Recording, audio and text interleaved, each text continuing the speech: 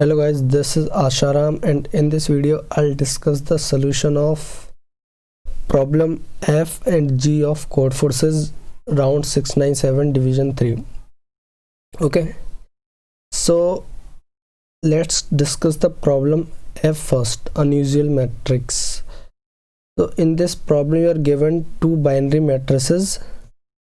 So you have two binary matrices of size n cross n, and you have to convert A to B by doing a vertical XOR. That is, you choose any column and take the XOR of all the elements of that column with 1, and similarly horizontal XOR is also defined. So now you have to check if you can convert A to B in some finite operations or not. Okay, so let's see how we can solve this problem. So first of all, suppose that I am trying to change, suppose some element in matrix A is 0 and the same element in matrix B is 1. So how many times do I have to perform operation on this element, this specific element, to get 1 A? So you can observe that if we take XOR odd number of times, so we are doing it like 0 XOR 1 XOR 1 XOR 1, that is we are taking, okay, so yeah, 0 1 XOR, and we don't need this. Okay, so you'll observe that if we take XOR odd number of times, then this value will change for sure, because if you take XOR even number of times, then the even ones will contribute to 0. Then if there is some variable A, XOR 0 equal to A itself, so it won't change. So if you want Aij and it is Bij, so if you want Bij to be opposite of Aij, then you have to perform the operation odd number of times,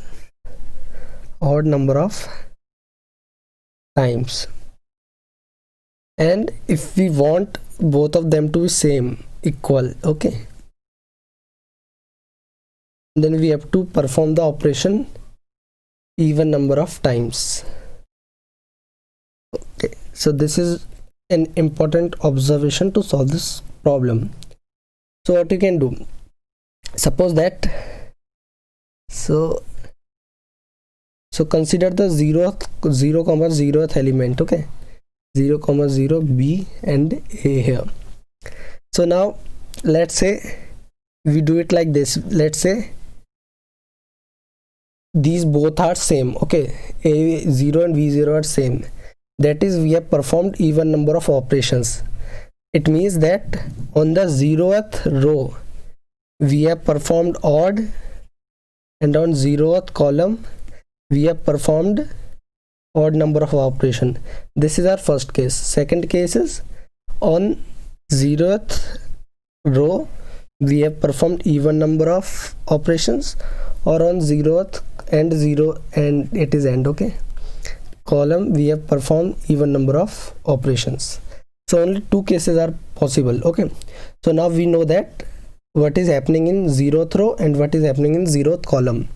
So now if you talk about some random I comma, so if you talk about so if we talk about first row and all the column in first row, so we know, sorry, it is 0th row, so we know what is happening along the row. Okay, now we want to find what is happening along the column. Okay, so if we know that number of operation performed along row is odd number of times, then consider any element of this row. Okay, suppose this is the element.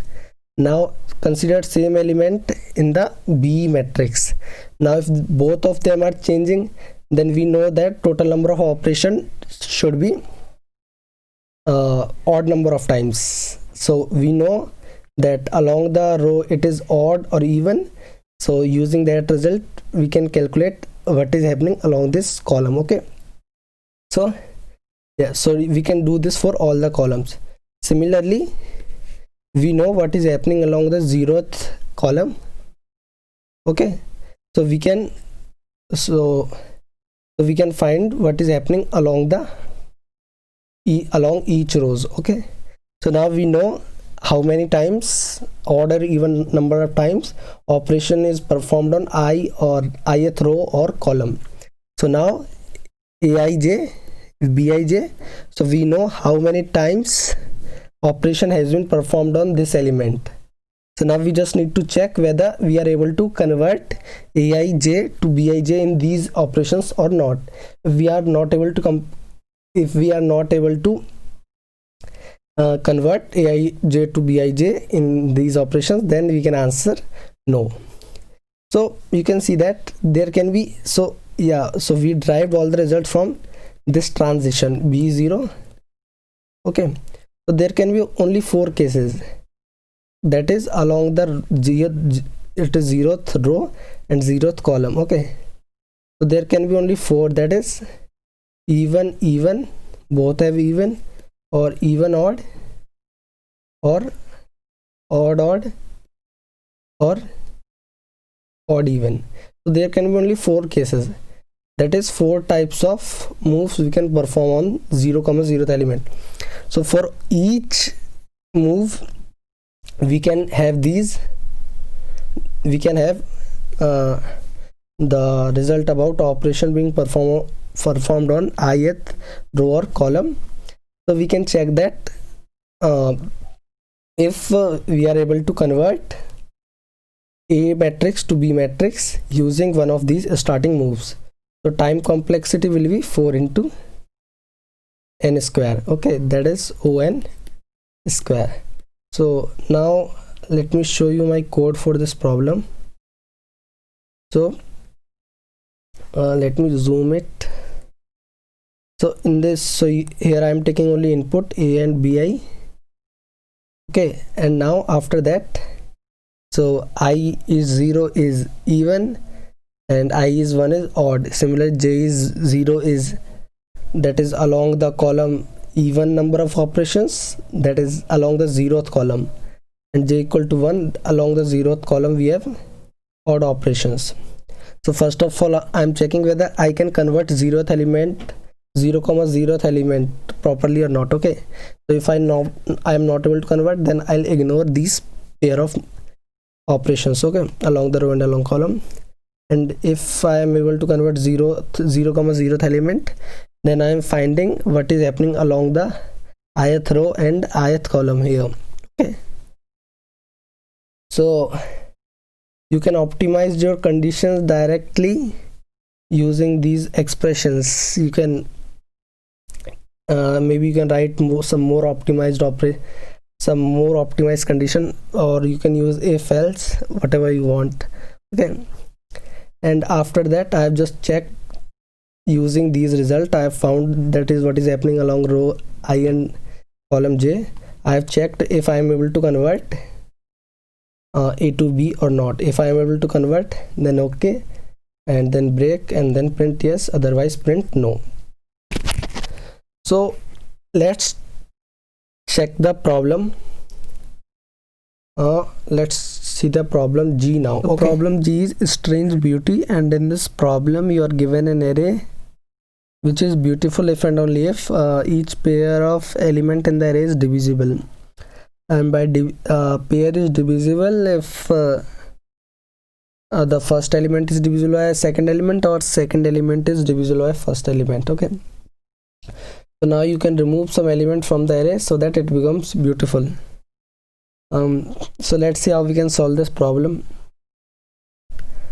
So suppose that you have, okay, so you have A1, A2 and A3. So A, let's say, so these are all distinct integers. Okay, and you also have their count, how many times they are appearing in the array. So you have a frequency array, and you can create such array because the range of element is only 2 1 to 2 to the 2 into 10 to the power 5. Okay, so you have two things. This is distinct elements and this is frequency. So now suppose that I am including so these are sorted I am considering them in sorted order.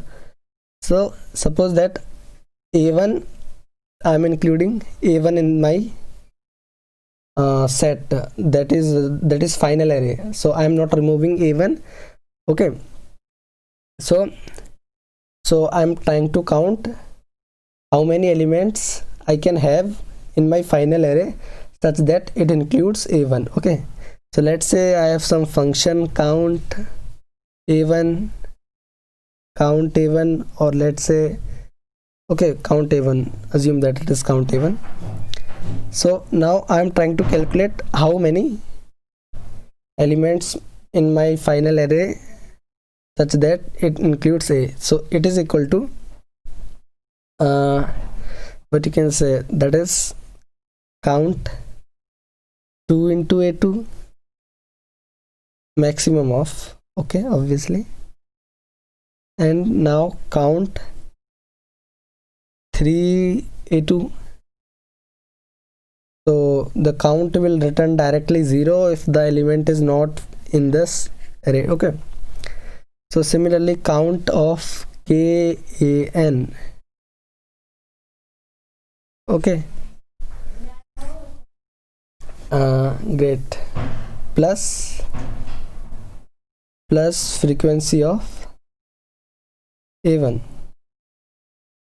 So now some of you might argue that suppose that I have 2 3 6 2 3 okay 2 6 12 and I start with 6 and then I am doing only 6 into 12 and so on. So that is I am taking 6 and 12 according to this. Okay, that is 6 and the 2 into 12, 2 into 6 plus frequency of 6, so it will result to wrong answer for 6. Okay, but actually it doesn't matter because we can define this function for only this part, that is if there is some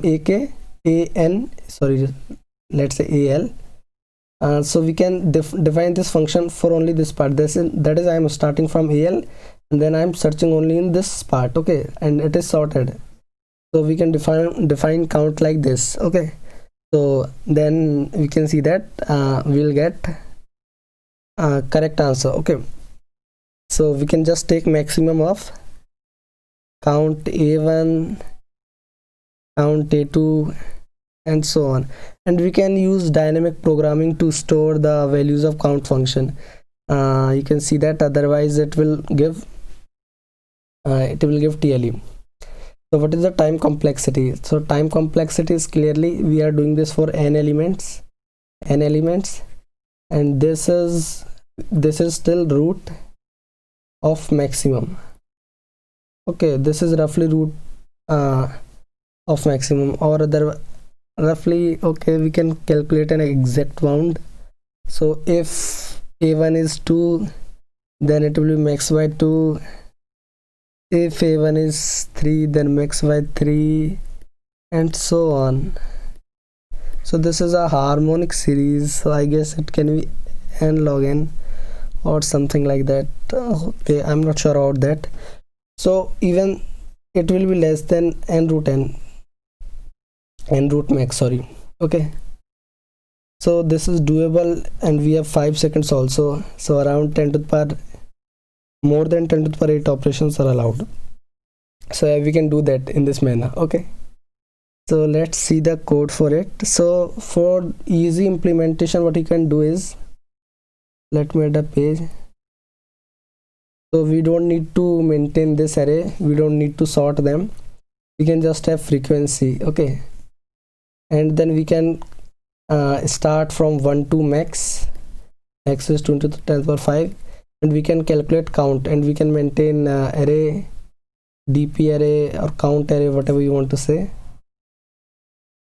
Okay, so in that case you'll have only this. Okay, so it will also work. so you don't need to sort the elements or anything. So if frequency is 0, frequency of any element is 0, then you don't need to calculate count for that, or you can add condition for that in your count function, that if frequency is 0 then directly return 0. Okay, so from this we are able to calculate the maximum number of element our final array can have. So minimum number of element removed is n minus maximum number of element in final array.